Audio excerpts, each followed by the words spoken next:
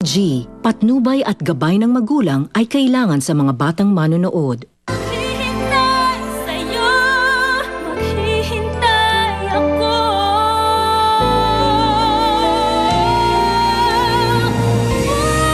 Puso ko'y narito. Nandito po si Sir Leo. May kinuha po siyang kopya ng CCTV footage kaninang umaga dito sa RS Garden. Gagamitin natin tong ebidensya laban kay Roxanne. Hindi pa po ba kayo masaya sa ginawa niyo kay Inay? Uunahan ko lang ang mga taong gustong sumira ng plano ko. Sabihin mo sa akin, ano ba kailangan kong gawin? More than anything else. Pumapayag na. Nakikipagbalikan na ako sa'yo.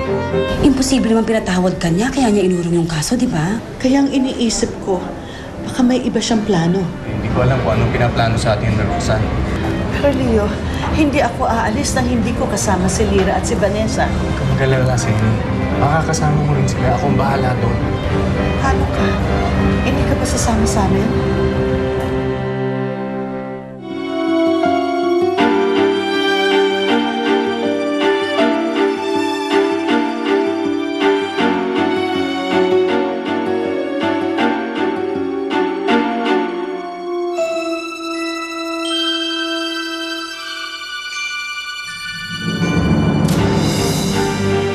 Ang daming naghanap sa'yo kagabi dito.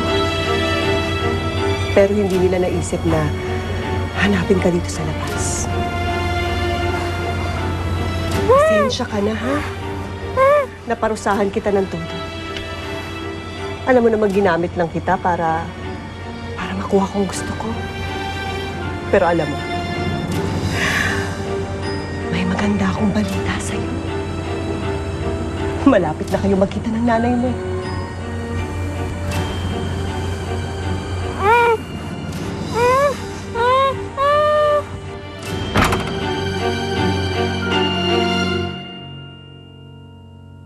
In fairness din dyan kay Leo, no? Pag sinabi niya, talagang ginagawa niya ng paraan. Pero, ano naman kaya ang sasabihin niya para makonvince si Roxanne?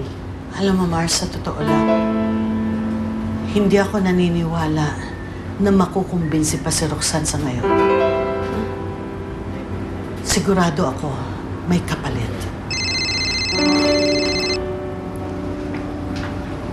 Leo? Nakaimpake ka na ba, Senny? Sa terminal ng bus na lang kayo magkita ni Lyra. Yun sa papuntang Batangas. Pagdating sa Batangas, doon kayo sasakay ng barko papuntang Mindoro.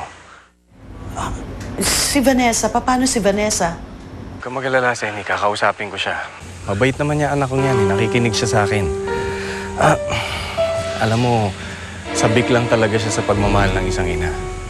Leo, ang kinakatakot ko, baka isipin na naman niya na iniwanan ko siya. Please naman, kausapin mo siya. Sabihin mo sa kanya na sumama na siya kay Lyra. Kakausapin ko siya, Senny, pero hindi pa muna ngayon. Mahirap na eh. Basta, mangyayari na yung gusto mong mangyari. Nalalapit na yung araw na hindi na kayo gagambalain ulit ni Roxanne. Sana nga. Sana nga tama ka, Leo. Sana. Mangyayari yan, Senny. Gagawin ko lahat para sa'yo, Senny. Pangako yan.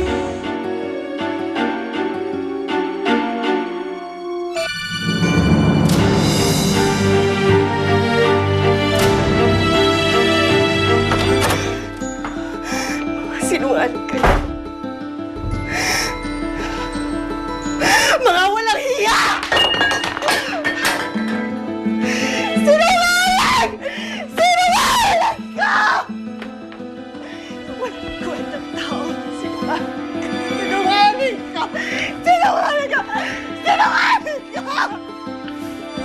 Niloko niyo ako. Niloko niyo. Ang gagawin mo! Naniniwala naman ako sa'yo ang aga! Walang hiya ka!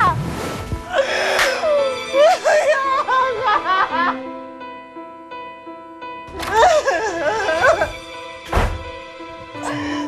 Ano nangyayari sa'yo? Sinungaling ka. Narinig ko na nag-uusap kayo ng kampo.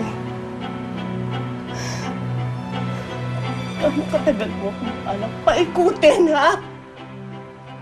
Pinagbigyan kita dahil gusto kong magkaayos. Tapos niloloko mo ako! Roxanne, hayaan mo na lang kami ni Seni. Mahal ko na siya eh. Ginawa mo akong pagpalit sa babae.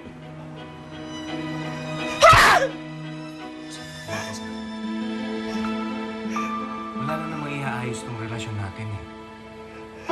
Kaya mas mabuti pa, tigilan na natin to.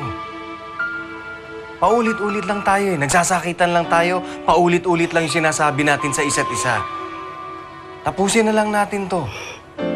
Magkanya-kanya na tayo ng buhay. Natutunan ko ng mahalin si Seni, kaya pabayaan mo na lang kami. Magsama kayong dalawa sa impyerno! Pero hindi niyo na makikita si Lira. Hindi niyo siya makikita. Hindi mo naman anak si Lira eh. Kaya sa ayaw at sa gusto mo, ibabalik ko siya kay Seni.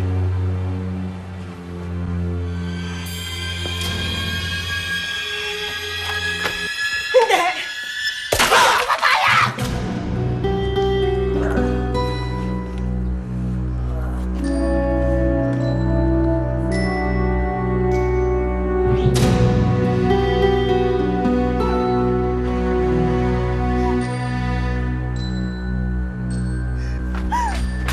Ma? Dad? Dad? Dad? Ma, anong ginawa niyo? Daddy? Ma! Anong ginawa niyo? Ang gusto ni Zeni, iwan tayo ng daddy mo. Gusto mo ba yun? Ha?